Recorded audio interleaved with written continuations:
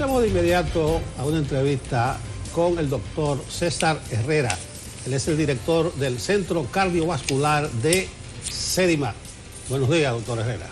Buenos días, muchas gracias por tenerme por aquí hoy. Qué bueno tenerlo aquí, doctor. A propósito de que hay tantas dudas respecto de lo que está sucediendo con los efectos de las vacunas, y República Dominicana está inmerso en lleno en su proceso de vacunación, pero hay temores porque han habido casos internacionales con vacunas específicas que dejan secuelas cardiovasculares, inclusive algunas de ellas se han asociado a muertes de pacientes que han recibido la primera dosis de la vacuna, específicamente de una marca inglesa. ¿Cómo ven ustedes los efectos de las vacunas versus los efectos cardiovasculares que deja el COVID-19? Bueno, un punto muy importante. Lo primero que hay que hacer es aclarar a la población que todas las vacunas, todas, en el contexto de una epidemia, son efectivas.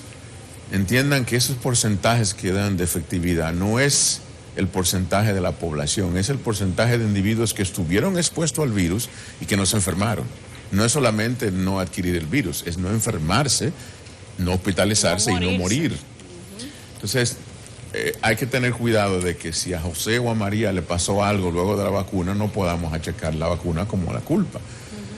Cuando uno estudia una población de 1 millón de personas, sabemos que hay una tasa de X% de gente que le da un infarto, hay una tasa de X% de gente que le encuentran un cáncer, hay una tasa de X% de gente que le encuentran un trombo.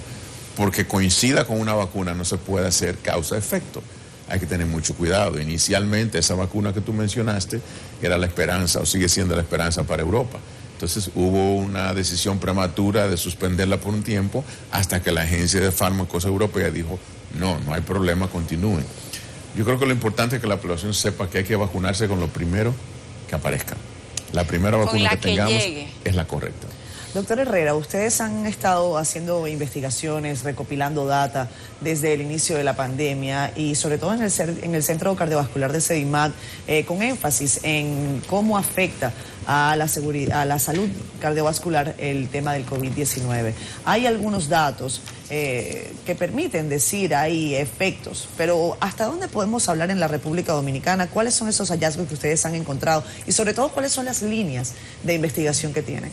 Bien, somos parte de un registro latinoamericano que está buscando dos objetivos. Uno es ver la conducta clínica, cómo se comporta el COVID en América Latina, y dos, ver cómo en el área cardiovascular se comporta el virus y qué estamos haciendo los médicos. Ese registro no se ha cerrado, tiene 19 países, lleva ya unos miles de pacientes, nosotros hemos contribuido con unos 300 y tantos, y rápidamente lo que hemos visto hasta ahora, te puedo decir, es que primero que nada, algo que no se reconocía anteriormente es que en la población latinoamericana el sobrepeso y la obesidad es uno de los factores predisponentes más importantes. No es solamente la diabetes, no es solamente la enfermedad cardíaca, no es solamente el cáncer. Segundo, hemos visto que dependiendo de qué país, países más ricos de Sudamérica versus países más pobres de Centroamérica, el tipo de prueba y tratamiento utilizado varía muchísimo. Hay países como Brasil, por ejemplo, y algunos centros en nuestro país que tienen la mejor atención posible de pruebas y tratamientos. Hay otros, mucho más pobres o con más limitaciones, que no la tienen. Respecto a tu pregunta específica en concreto sobre las secuelas, ya eso se ha publicado en Estados Unidos y en Italia específicamente. Decía fuera del aire que hasta un 15% de los pacientes, 10 a 20% de los pacientes recuperados de COVID pueden desarrollar secuelas posteriores. Las secuelas varían entre 3 y 6 meses y van desde síntomas pulmonares, respiratorios, hasta síntomas sistémicos, debilidad, dolor corporal y cardiovasculares. Obviamente hay que hablar en detalle de quién tiene más riesgo, no es todo el mundo. Las personas más jóvenes tienden a tener menos secuelas, los mayores tienen más. Si usted tiene condiciones predisponentes, tiene mayor probabilidad. Si le dio el virus muy severamente, sobre todo con afectación pulmonar, tiene más probabilidad. Pero hay que tener en cuenta que el virus no es que se curó y desapareció. Recuerdan el chikungunya, ¿no? Tanta gente que quedó con secuelas, pues el COVID es igual. Es similar. Sí, doctor Herrera, un año de pandemia. Es evidente que han sido muchos los proyectos y los planes que se han visto retrasados o paralizados en el área de la ciencia médica. pero por la presión misma de la pandemia, hay logros, por ejemplo, como haber llegado en tiempo récord a una vacuna. A nivel cardiovascular, lo que es su área, lo que es su especialidad, ¿ha ayudado en el conocimiento la pandemia? Bueno, justamente el sábado estuve en una conferencia que me invitó la Sociedad Mexicana de Cardiología a propósito de la inauguración de su sitio web a través del Instituto Ignacio Chávez, de su sitio web de enseñanza cardiovascular, y comentábamos precisamente eso, de que si nos hubiéramos cruzado de brazos porque estamos en pandemia, no hubiéramos atrasado más. Yo creo que es importante priorizar. En el medio de una pandemia hay que priorizar la atención pública y todo lo que usted ha hablado, pero no podemos, los científicos no podemos cruzarnos de brazos, hay que continuar. Y el encerramiento, de cierta manera, paradójicamente, ha contribuido positivamente a que la gente dedique más tiempo a estudiar, a la investigación. Y usted sabe hoy día que con la tecnología digital las distancias no existen.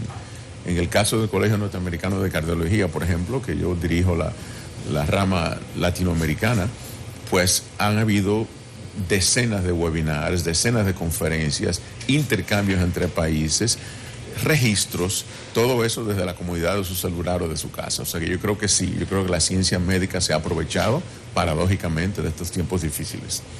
Doctor, y en República Dominicana, que los primeros meses de la pandemia fueron todo pánico, todo esfuerzo de los médicos muertos, familias encerradas más que por la pandemia, por el miedo. ¿Cómo hemos avanzado en materia científica en el país a propósito de cumplir un año con la pandemia? Médicos y enfermeras también, lamentablemente, todo el personal. Miren, en el caso nuestro, en el mes de mayo presentaremos en el Congreso Norteamericano de Cardiología una serie de trabajos que hemos completado en los últimos 2 años, un equipo completo, enfocados a 3 cosas. La investigación clínica médica parte de un triángulo que es el individuo, los individuos, el que está investigando, las instituciones y el país. La investigación clínica no es para el doctor Herrera o el doctor Pérez o la doctora Rodríguez decir publique esto. Es para educar a los miembros de ese equipo, sobre todo nuestros médicos jóvenes, en lo que es la investigación, para mejorar las instituciones y al final el país. Nosotros nos hemos enfocado en varios proyectos específicos que creemos que tienen dimensión nacional. Por ejemplo, completamos el primer registro del área del Caribe y Centroamérica de pacientes adultos con cardiopatías congénitas. ¿Qué es eso? Eran niños que se han hecho adultos con cardiopatías congénitas de nacimiento, que han sido corregidos, algunos y otros no, y han entrado a la rama de la cardiología adulta y viven en una suerte de limbo porque muchos cardiólogos adultos no tienen el entrenamiento para atender a esos pacientes y los pacientes no quieren regresar a un pediatra porque son adultos. En nuestro país la tasa de enfermedades congénitas es bastante alta comparado con otros países del área y esos pacientes necesitan ser estudiados y atendidos de forma particular y peculiar, desde el consejo genético hasta la reproducción, hasta los embarazos.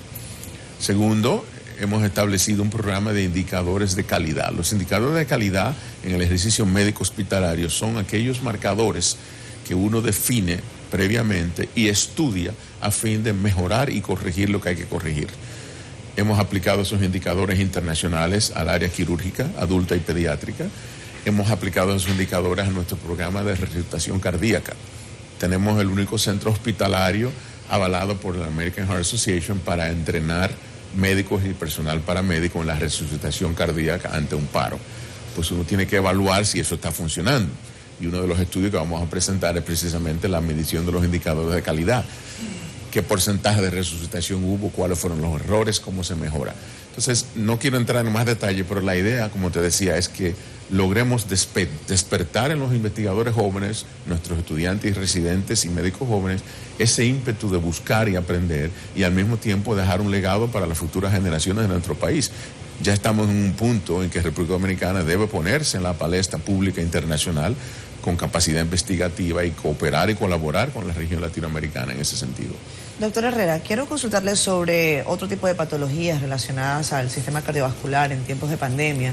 Algunos análisis que ustedes hayan podido hacer en ese sentido, ¿cómo ha fluctuado el ingreso de pacientes, en qué condiciones llegan los pacientes, el tema del diagnóstico. Al principio de la pandemia mucha gente se resguardó en sus casas, decíamos acá y hasta casi en tono de broma que el quédate en casa quedó rezagado, por decirlo de alguna manera. Ya prácticamente los mecanismos son normales más allá de las medidas. La gente está yendo a consulta ya. ¿Qué es lo que ustedes han podido evaluar? Muy agudas tus observaciones, totalmente cierto. Y eso no fue solamente en República Dominicana. En Europa, en Estados Unidos, en los primeros meses de la pandemia, la gente decía, pero ¿y dónde están los cardiópatas? Estaban en su casa, lamentablemente, y muchos morían y se enfermaban por el encerramiento, por el temor al contagio. Lamentablemente, la enfermedad cardíaca continuó afectando a gente e incluso empeoró, primero por esa falta de acceso a los servicios de salud, segundo por el colapso de los sistemas y tercero porque los pacientes estaban atemorizados. Nosotros en CEDIMAD no cerramos los servicios cardiovasculares, obviamente nos concentramos en COVID, pero nunca se cerraron y lo que hemos visto en los últimos 6 meses es un rebote. Ya la gente ha regresado de nuevo, muchos de ellos muy enfermos, descuidados por las circunstancias que te acabo de mencionar y te digo, eso se ha reflejado en toda América Latina. Se acaba de publicar un estudio donde se ve que entre el 40 y 60% de las pruebas cardiovasculares que se hacen regularmente dejaron de hacerse durante el año de la pandemia. Y eso no es porque desapareció la enfermedad cardíaca, es lamentablemente producto, el daño colateral, como decimos, de la pandemia. Doctor, adelante. Mira, una dama que deja pasar al caballero, sí, ¿viste? sí. Para que te quede santiaguero. No, ustedes abogan por la igualdad. Coge ahí. En este caso usted está en desventaja, ¿no? Estamos en televisión, usted no está en la cátedra, en el aula, pero quizás le ayude al televidente, principalmente al hipertenso, a entender lo siguiente. En los días iniciales de la COVID se asoció como una infección pulmonar y se prestigió tanto eso que los asmáticos andábamos corriendo. Pero ha derivado en diabéticos e hipertensos, son los que lideran la cantidad de fallecimientos. Son comorbilidades, claro, afectan más prontamente y con mayor amplitud que a una persona sana. Pero en el caso del hipertenso, que es su área, ¿por qué el virus afecta más a un hipertenso y a un diabético? Muy bien, su observación es muy correcta. Pero tengo que aclarar que no es la hipertensión per se, no es la hipertensión sola, es que la hipertensión es un signo de un proceso sistémico. Lo que pasa es que los boletines dicen diabéticos e hipertensos. Es cierto, por eso quiero hacer la aclaración, que entendamos que la hipertensión es un proceso sistémico vascular. La hipertensión no afecta a las arterias del brazo, afecta a las arterias del cuerpo. Y lamentablemente la mayoría de los hipertensos o tienen colesterol alto o son diabéticos, o están en sobrepeso o son obesos. Entonces es el cuadro sistémico de la hipertensión, no es la presión alta per se. O sea, hay que tener eso muy claro, porque un hipertenso flaquito que tenga su presión en 12,8 no tiene tanto riesgo de COVID como tiene el hipertenso típico, que es mayor de edad, que ya tiene prediabetes o diabetes, que tiene colesterol elevado, etcétera, etcétera. Todo esto tiene que ver con los tejidos. El virus tiene una serie de proteínas, de espículas, que parecen una coronita, por eso se llama coronavirus. Esas espículas, esas proteínas son los ganchos donde el virus se pega en las células. Y las células donde más se pega son precisamente las células de los pulmones, porque están los receptores, las células grasas, sobre todo la de aquí, y las células vasculares, el endotelio, las células de las arterias. Entonces, naturalmente, si esas células pulmonares, grasa abdominal y vasculares, arteriales, están afectadas a priori, pues se le va a hacer más fácil al virus pegarse ahí. Bueno, para hablar de vida sana, ahí podríamos nosotros retomar los consejos habituales a la persona que tenga esa disciplina personal. Creo que no estaría de más una recomendación de usted. Ciertamente, hay que sacar el lado positivo de todo. Y yo creo que ese miedo, ese temor de la gente de poner más atención a su salud por el COVID, hay que saber utilizar eso y aprovecharlo y decirle a la gente que hay que continuar cuidándose con una dieta baja en sal, que hay que continuar cuidando el sobrepeso, sobre todo en este tiempo de vida sedentaria, que hay que continuar visitando al médico y con la tecnología digital hoy día, está el teléfono celular, está el WhatsApp, está la telemedicina, no se quede en su casa con un síntoma preocupante, contacte a su médico y efectivamente hay que utilizar estos momentos difíciles en el sentido positivo para cuidarse mejor hasta que esto desaparezca, porque va a desaparecer. Aunque la gente ha tendido a engordar en vez de rebajar en medio de la pandemia con este encierro, doctor. Yo quiero saber cuáles son a lo largo de todos estos estudios que ustedes han podido hacer durante el año de la pandemia, los síntomas más marcados de secuelas que quedan cardiovascular después del COVID. Muy bien, yo preferiría decir cardiopulmonares, o sea, corazón y pulmón. Ustedes saben que son dos órganos íntimamente conectados. La causa más frecuente de secuela es infección pulmonar severa, pero el pulmón está conectado al corazón. Y en cuanto al corazón per se, hay 3 grupos de secuelas producidas por COVID. Uno es lo que se llama miocarditis, inflamación del músculo del corazón por el virus, y eso se manifiesta como falla cardíaca, insuficiencia cardíaca. Y curiosamente tiende a ser más frecuente en el lado derecho del corazón que en el lado izquierdo, porque es el que está conectado al pulmón. La segunda secuela importante es una cardiomiopatía, una forma de afectación del corazón que se llama cardiomiopatía por estrés. El paciente sufre un tipo de infarto donde las arterias están normales y es por esa carga brusca de defensas, esa carga tóxica de toda esa sustancia que el cuerpo libera que afecta el músculo directamente, no el virus, sino la carga tóxica de defensas. Y la tercera secuela frecuente son las arritmias, que pueden ser de cualquier tipo. Te decía al principio que hay grupos específicos de gente que tienen más riesgo de esa, pero son las 3 principales. Bueno, las gracias al doctor César Herrera del Centro Cardiovascular de Sedimá. Qué suerte que tiene Ritmo, porque no es fácil.